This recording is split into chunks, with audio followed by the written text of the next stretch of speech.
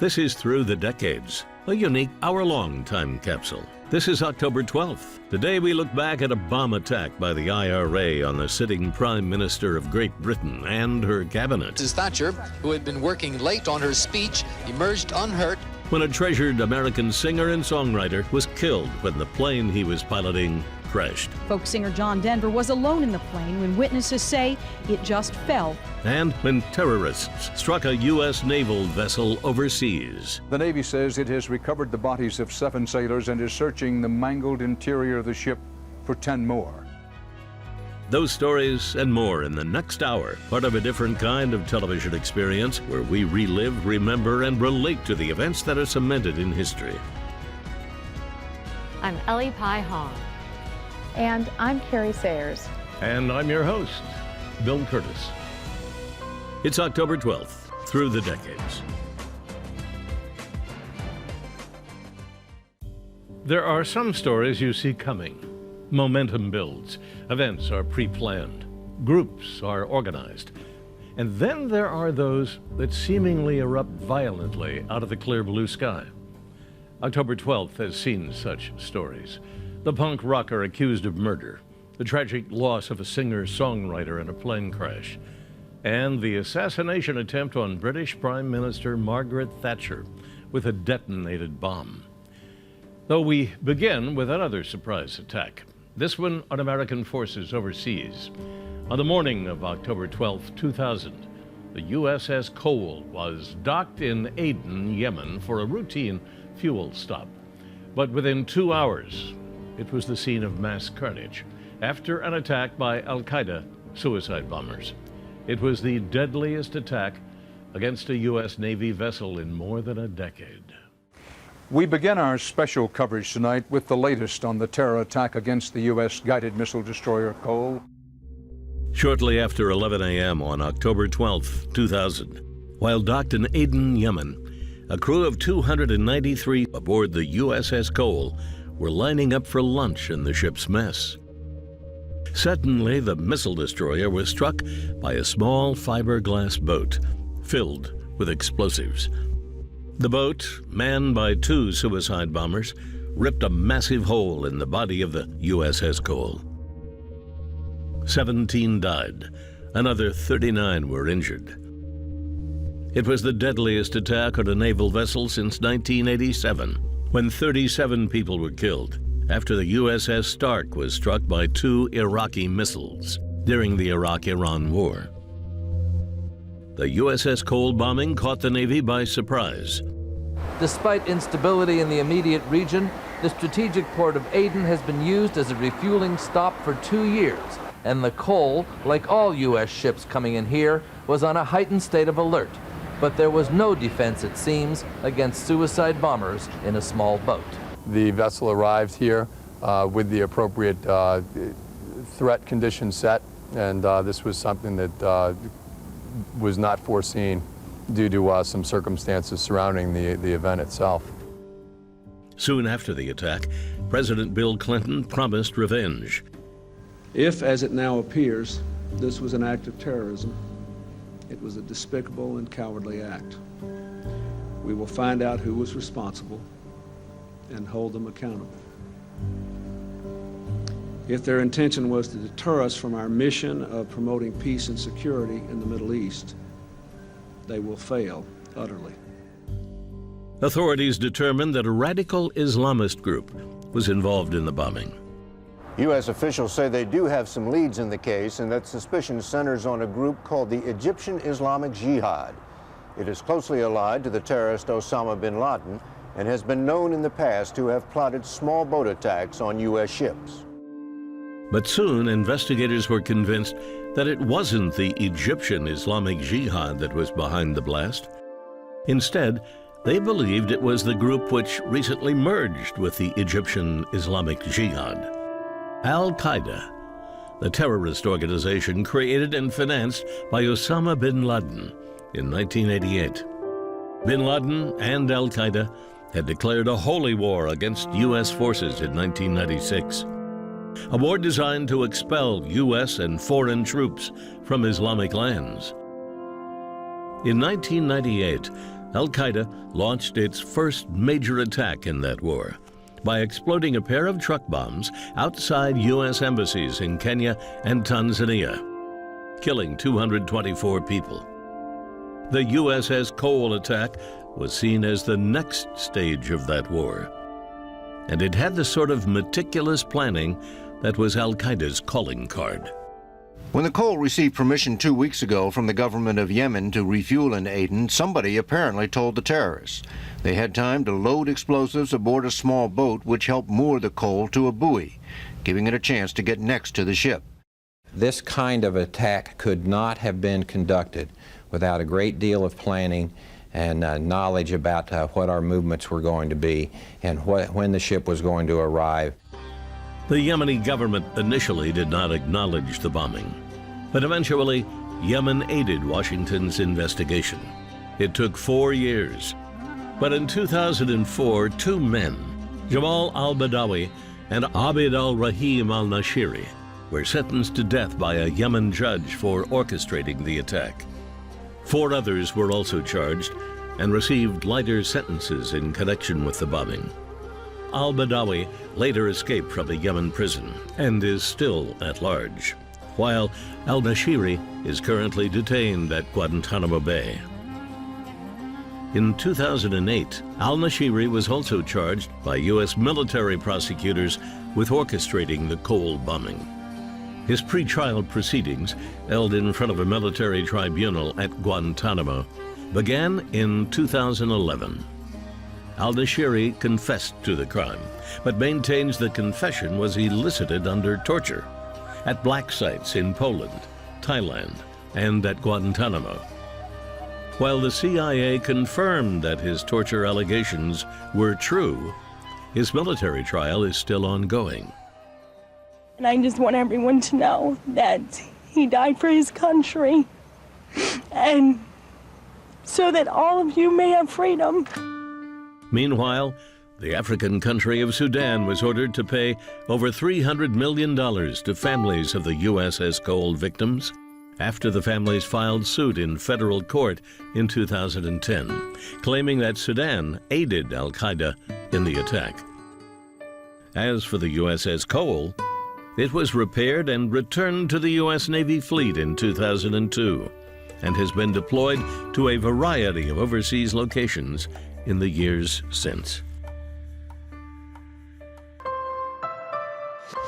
When our journey continues, we'll take you back to the day one of punk's most notorious bad boys was charged with murder, when students across the country first stood to pledge allegiance to the flag. Plus, we remember when fans grieved the sudden loss of John Denver. Then we take you back to the day Margaret Thatcher cemented her reputation as the Iron Lady at the height of the Irish conflict. And in today's profile, we look back on the rise of Hollywood entertainer Hugh Jackman. I mean, I used to be quite skinny when I was growing up, so I was Worm, Sticks, you know, or any nickname you get. The moment you had a pimple or anything like that, you were just like shoved up on a pedestal and go, look at him. It's not really a culture of nurturing sexiness within somebody.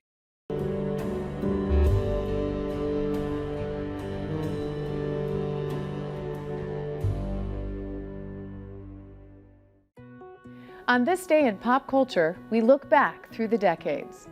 In 1979, a smash hit in the comedy science fiction field was first published, The Hitchhiker's Guide to the Galaxy, the first of 5 books.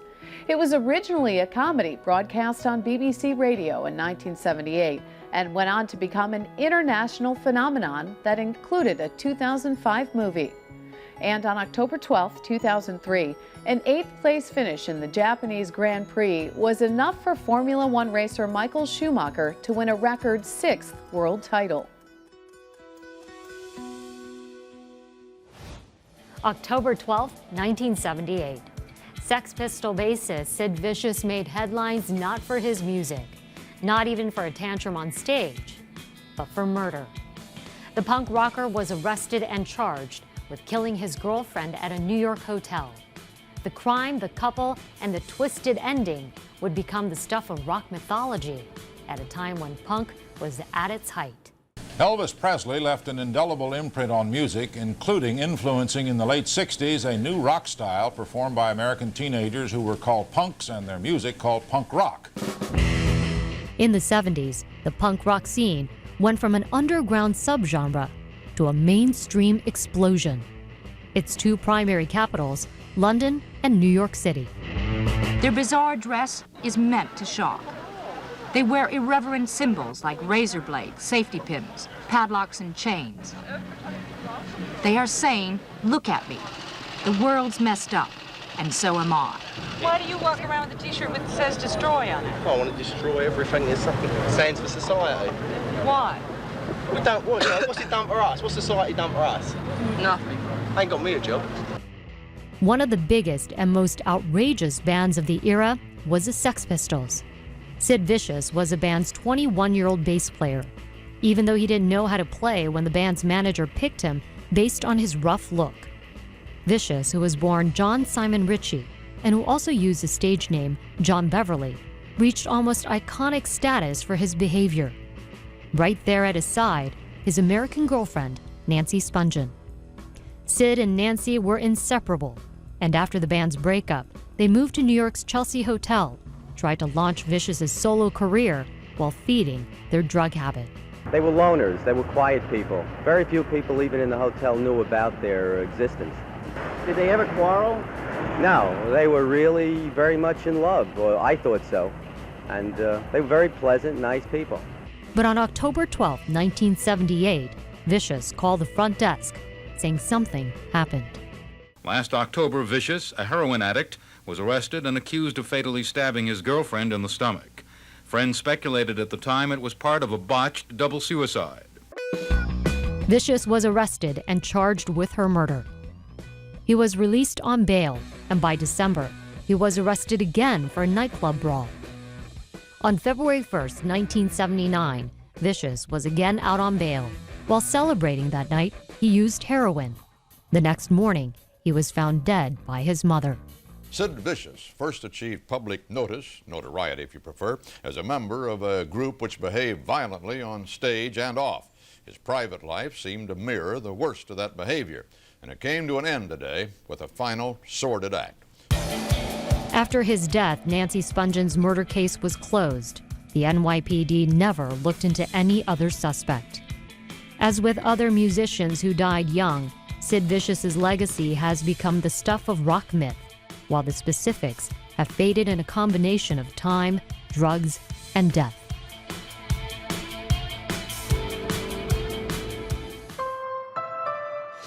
Still ahead, we go back to a time when horse racing was the ultimate American sport, and a big red colt turned the race of the century into a runaway. Plus, we remember when one of the most beloved entertainers of his era met an early end. I was reading my first bio that I had with RCA, and they came and talked to me about what I wanted to do with my music. And what I said is I want to do more than entertain people, I want to touch people.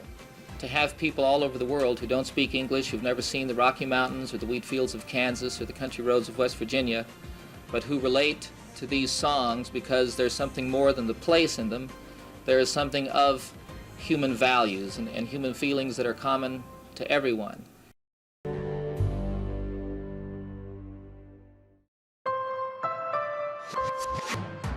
Now we remember back to 1991 when we learned how barcodes were being used for so much more than just groceries.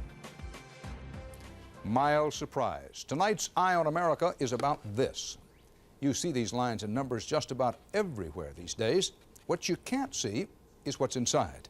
A lot of information can be hidden in here, and as Frank Courier reports, some of it may be about you.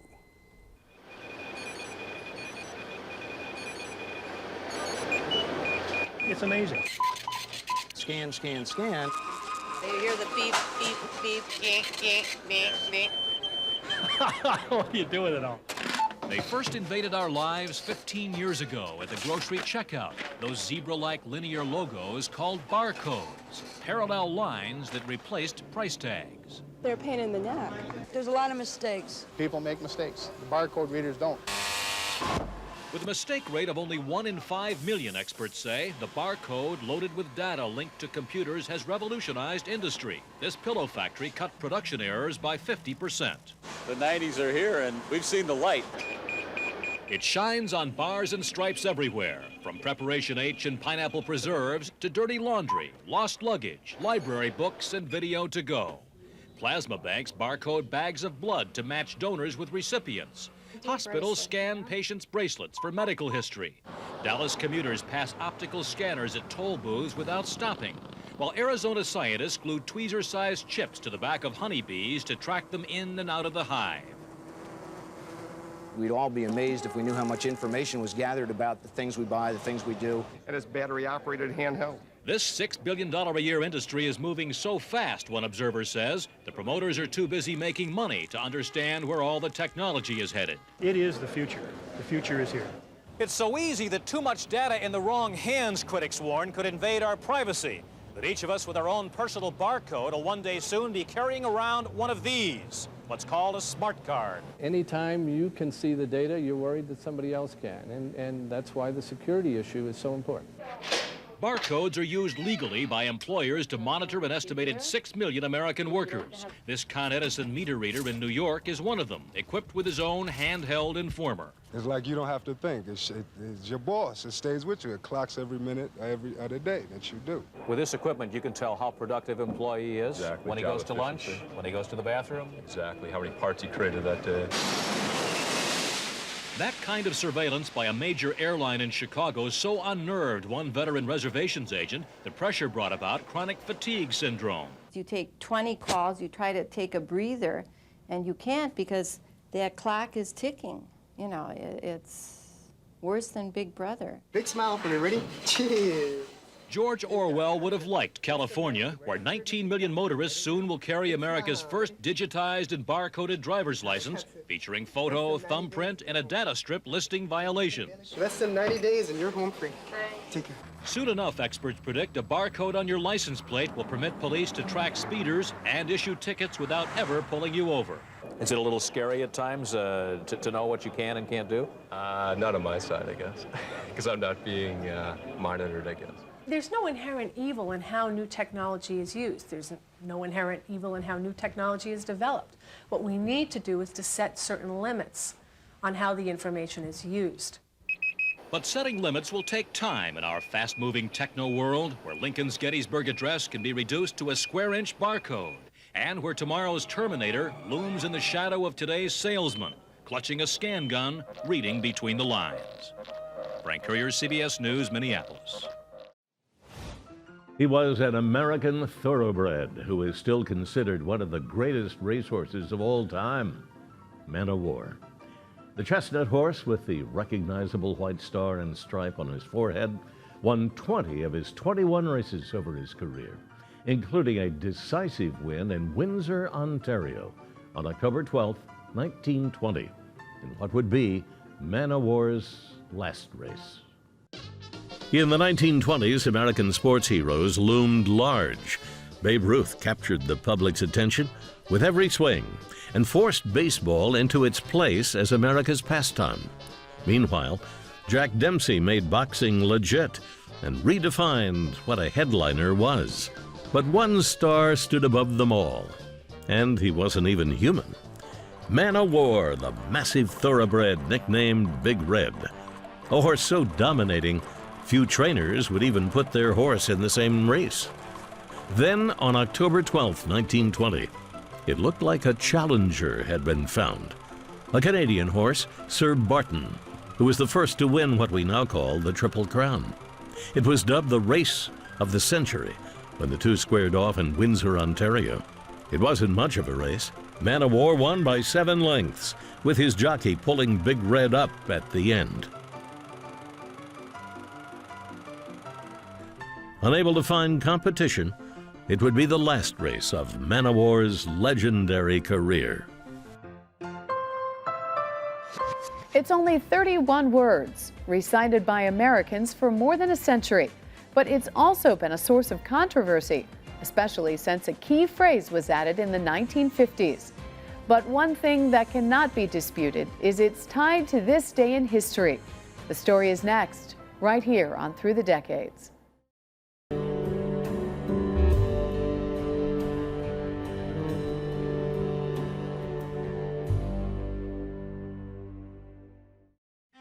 In 31 short words, the Pledge of Allegiance speaks volumes about the values represented by the American flag. And on Columbus Day, October 12th, 1892, Americans first stood and said the pledge.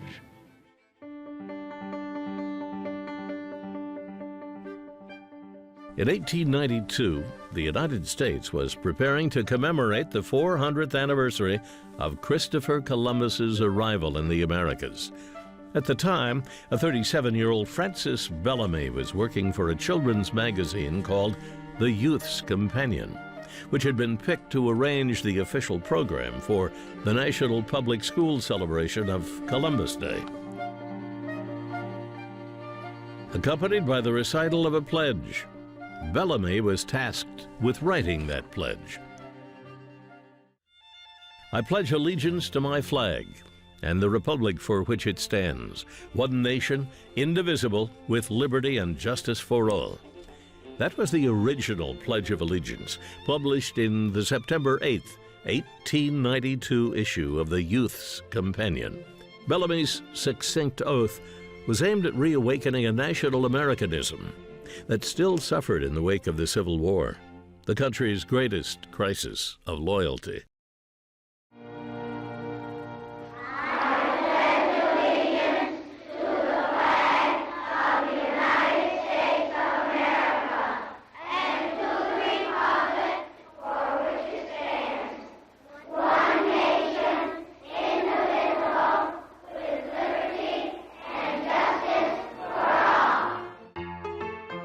After that first Columbus Day recitation, Bellamy's pledge took root in classrooms across the country.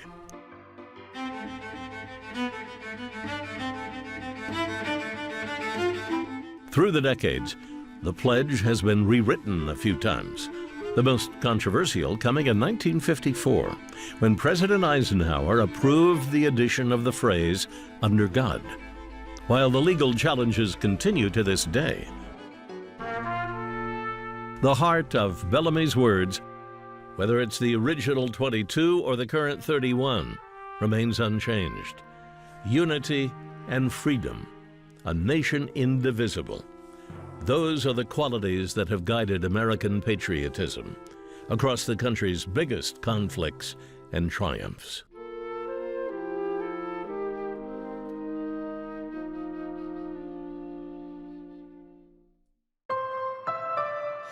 As our journey continues, we remember the crash that took the life of folk music star John Denver. Plus, when the IRA carried out its most audacious attack. And in today's profile, we feature the life and career of all-around entertainer Hugh Jackman. But first, here's a look back on what was leading the CBS Evening News, October 12th, through the decades.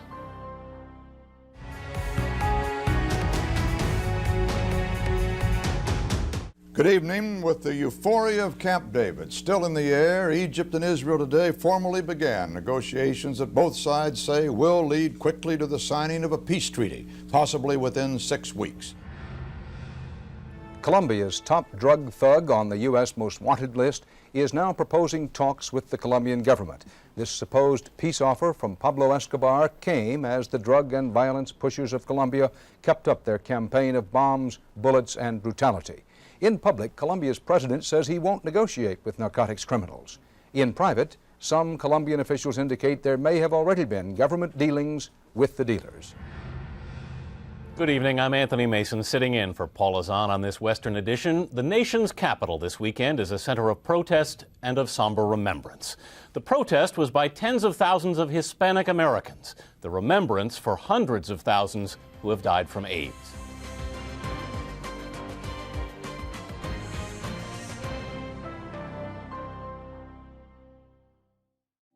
One of the music industry's great tragedies is the number of legends it's lost to airplane accidents, including Buddy Holly, Ritchie Valens, Patsy Cline, and Otis Redding. On October 12, 1997, they were joined by one of the most beloved singer-songwriters in American history, John Denver.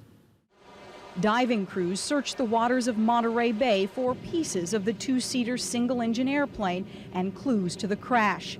Folk singer John Denver was alone in the plane when witnesses say it just fell from the sky. And all of a sudden there was a pop and a popping sound, and it just kind of went up a little bit and absolutely straight down, not spiraling, just absolutely straight down. Denver spent yesterday at the exclusive Spyglass golf course, then headed to the Monterey airport. Witnesses say that the aircraft started experiencing engine problems and then it stopped. The son of an Air Force colonel, Denver always loved flying. In 1989, he crashed an antique biplane but walked away unharmed. John Denver's love of flying inspired his big break in music. When his song Leaving on a Jet Plane became a #1 hit for Peter, Paul and Mary in 1967. He presented a very kind of youthful optimism about the world, and it was very refreshing. He soon became a global sensation for his singing as well as his songwriting. I'm told one of the 5 biggest selling record artists of all time. I don't know if I believe that, but that's what they say about me. The songs that have been most successful for me and the songs that have lived are the ones that, one, I can do just me and my guitar and make it work.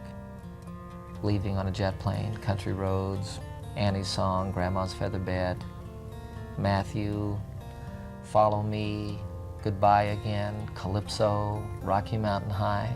Some of the things that I started to express in my songwriting that came out of my childhood, my relationship to that small family farm and getting in touch with the earth and the seasons and what nature means to me, what the environment, what wilderness means to me, has come through in my music. And so I've had the opportunity to get involved, not just singing about, but singing for. But behind the scenes, Denver struggled with alcohol addiction, and in the 90s was arrested twice for drunk driving. There was speculation he was intoxicated when he took the experimental Long EZ aircraft up for what became his fatal flight. A later autopsy cleared him, but it was revealed that his pilot's license had been revoked because of his drunk driving arrests. At the time of his death, John Denver should not have been flying at all. Denver's activism for peace and environmentalism, as much as his music, earned the adoration of his fans. They turned out in the thousands for a memorial service in Colorado, where their sorrow was soothed by the sound of Denver's own voice over a loudspeaker. How much I love you. John Denver was probably the biggest influence on my life other than my parents. He's what brought me to Colorado. He's a person who gave people hope. He gave them a message that if they worked hard at it, they could make the world a better place. And I think that's John Denver's legacy, that he left the world a better place than he found it. And I think that's the best legacy you can have. One consolation for grieving fans was that Denver was aware of that legacy during his lifetime. I was reading my first bio that I had with RCA, and they came and talked to me about what I wanted to do with my music. And what I said is I want to do more than entertain people, I want to touch people. To have people all over the world who don't speak English, who've never seen the Rocky Mountains or the wheat fields of Kansas or the country roads of West Virginia, but who relate to these songs because there's something more than the place in them.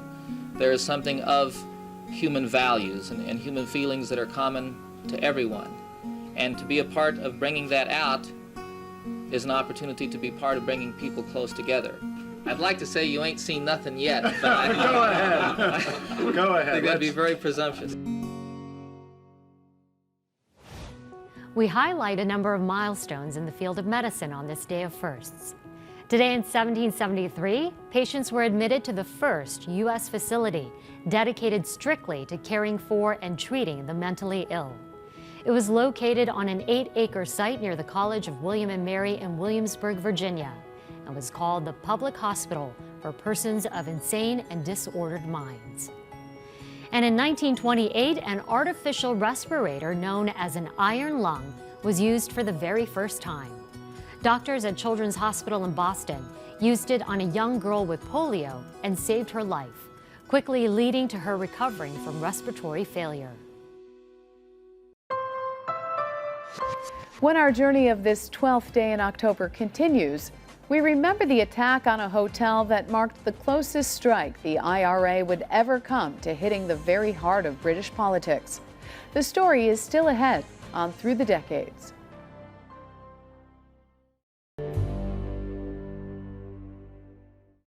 A band breakup headlines our soundtrack Through the Decades. After his performance with his band The Faces in 1975 at Nassau Coliseum in Long Island, Rod Stewart went solo. The band was inducted into the Rock and Roll Hall of Fame in 2012. On this day in 1991, Nirvana's second album, Nevermind, was certified gold just 3 weeks after its release. It hit #1 on the Billboard Top 200 chart in January of '92, helping put grunge on the map. And in 1995, Tupac Shakur was released from Rikers Island. His new record company, Death Row, whom he had recently signed a contract with, posted $1.4 million for his bail on this day. His release came just 8 months after being sentenced to up to 4 years for 2 counts of sexual abuse. It was the most audacious attack on the British government in more than 300 years. The IRA bombing of the hotel of the Prime Minister and her cabinet. Margaret Thatcher walked away unharmed, but the already shaky relations between Britain and Ireland suffered critical damage and wouldn't begin to heal for many years after the smoke cleared on October 12, 1984. The outlawed Irish Republican Army said today it set the powerful bomb that tore through the Grand Hotel in Brighton, England last night. The bomb was meant to kill the top echelon of the British government, which was meeting in the resort city. 4 people were killed, one of them a Parliament member who was a relative by marriage of Lady Diana, Princess of Wales. 30 people were injured. The bomb tore through the center of the hotel, where the leadership of the British government had booked rooms for a Conservative Party conference. Prime Minister Thatcher and most of her cabinet were staying in the same hotel. The top officials were in adjoining suites: the Prime Minister, the Foreign Secretary, the Home Secretary. The bomb did extensive damage to the bathroom in Thatcher's suite, but missed a sitting room and bedroom. Mrs. Thatcher, who had been working late on her speech, emerged unhurt, ice cool, composed, and not a hair out of place. Life must go on as usual. While firemen were still hunting for bodies in the debris, the Conservative Party conference resumed on time. Officials speculated the bomb was the work of an IRA cell that had been hiding in Britain for months, waiting for this opportunity. The IRA has recently suffered a series of reverses. This was a way to show it is back in business. The Irish Republican Army, which for more than half a century had been fighting to free Northern Ireland from British rule, had already shown it could pull off a political hit. In 1979, the year Margaret Thatcher became Prime Minister, Lord Mountbatten, a former Viceroy of India and cousin of Queen Elizabeth, was killed by an IRA bomb planted on his fishing boat. 2 years later, Thatcher put herself in the crosshairs when she refused demands by jailed IRA members, led by Bobby Sands, who were on a hunger strike for prisoner of war status. Their subsequent deaths by fasting guaranteed that the Iron Lady became the IRA's most hated adversary. And as the rescue work continued outside the conference hall, the IRA issued this chilling warning. Today, we were unlucky, but remember, we only have to be lucky once. But in this traditionally open society, the Prime Minister refuses to turn her official residence into a fortress. Even though she remains the #1 target, Downing Street today was protected by a flimsy crowd barrier and only a few policemen.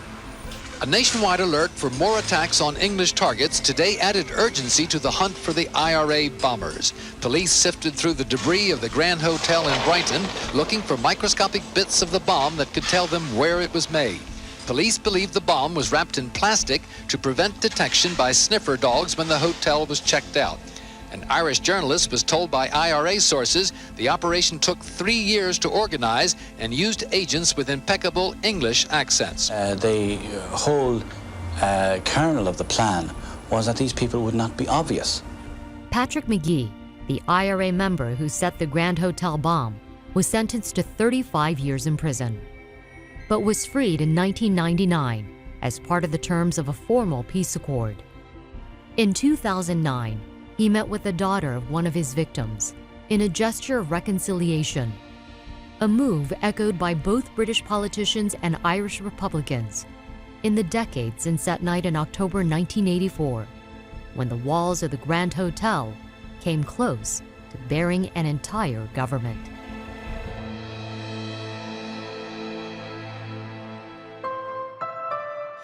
From playing the role of an action hero on screen to taking the stage in musical theater, his remarkable versatility has catapulted him to stardom. When we return, our Through the Decades profile features the talented Aussie, Hugh Jackman.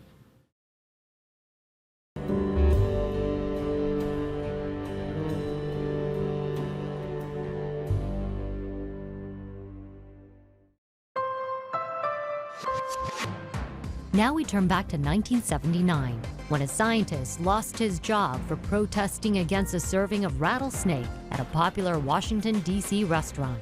Rattlesnake has a reputation as a kind of gentleman because it gives warning before it strikes. One disgruntled ex-employee says that's more than you can say about the federal government. Jim McManus reports. This is a rattlesnake. Not many people like them. This is the chef at Dominique's French restaurant who cooks rattlesnake in red wine sauce. Dominique's patrons love rattlesnake.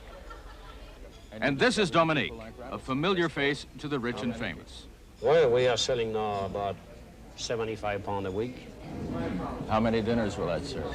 It's about 300 people. This is Kenneth Dodd, an Interior Department scientist who wrote Dominique asking him to quit serving Pennsylvania rattlesnake because it's against state law to sell them for such purposes. Dominique immediately switched to Texas rattlesnake. His patrons were very happy. It's actually quite good, but it's very much like eel. End of story? Well, not quite. This is Interior Secretary Cecil Andrus. Rattlesnakes aside, he likes Dominique's restaurant, and he apologized in writing for Mr. Dodd's letter. And then he wrote a letter firing Dodd from his $25,000 a year job as the department's only scientist worrying about disappearing reptiles like Pennsylvania rattlesnakes. That is a personnel matter that is under appeal, and I'll have no comment on it. Dodd says he was only trying to do his job, which he doesn't have anymore, but is trying to get back. But I'm flabbergasted. This is ridiculous. This is really incredible. So this is the way it is. Dominique is doing a booming business in Texas rattlesnake.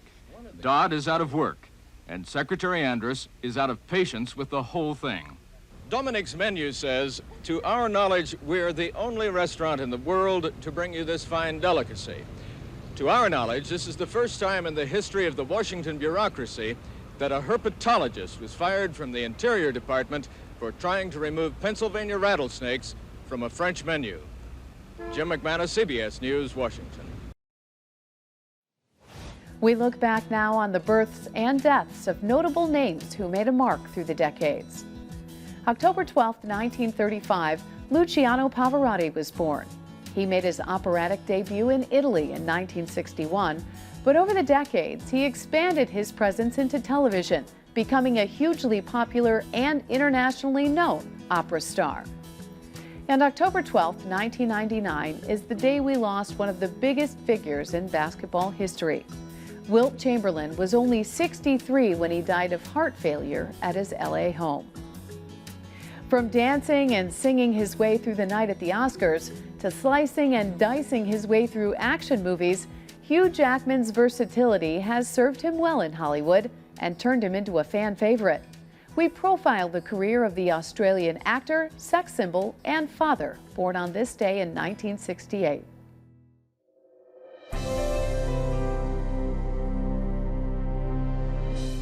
Hugh Jackman has been called a lot of things in his life: actor, singer, dancer, father, and husband.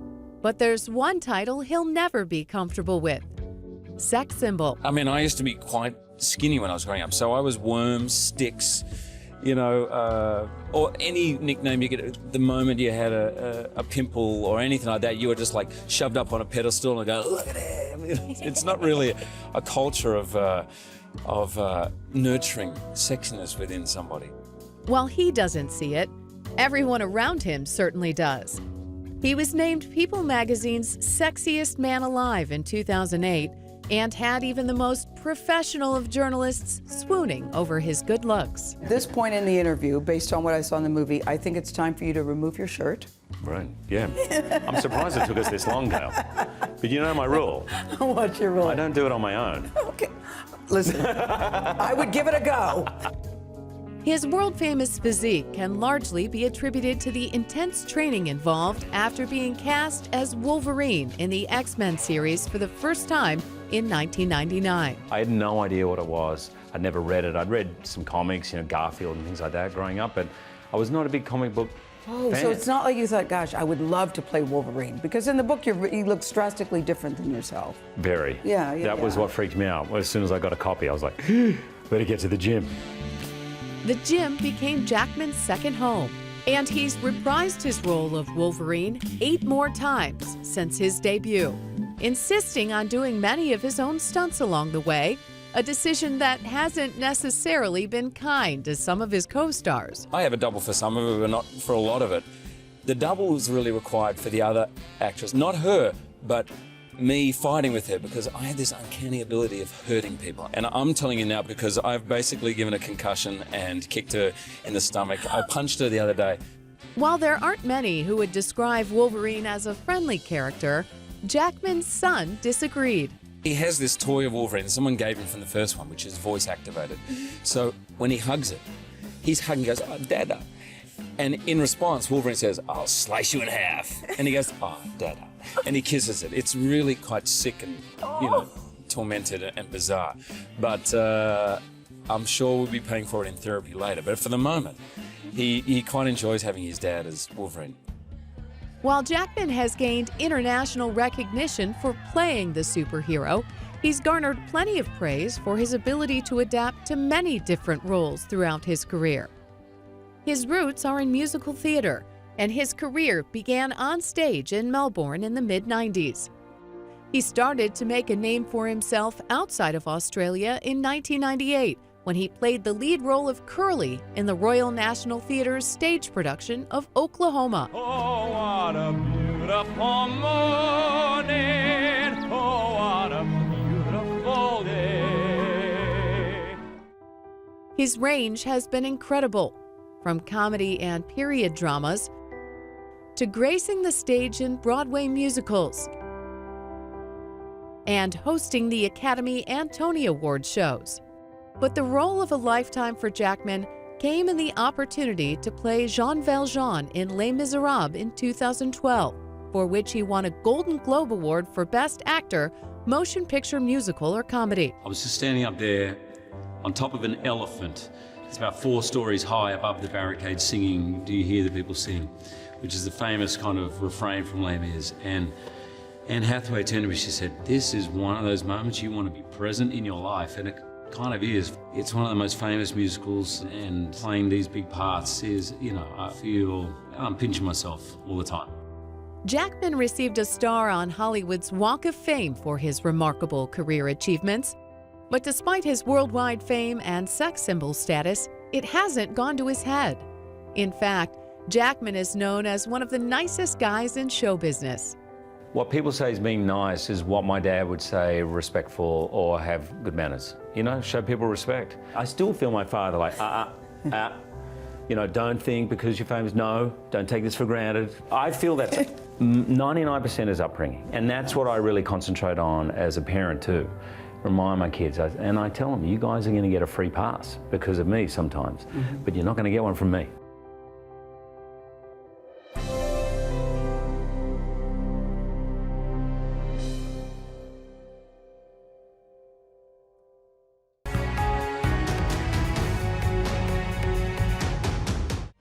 When our journey continues next time, we're taking you back to when the comedic force of an unforgettable redhead came to television.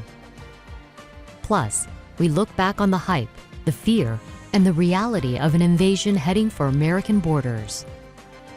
And we profile the life and career of successful female director, Penny Marshall. Join us for those stories and more on the next episode of Through the Decades. That'll do it for us today. I'm Bill Curtis. As we leave, one last look back at October 12th, Through the Decades.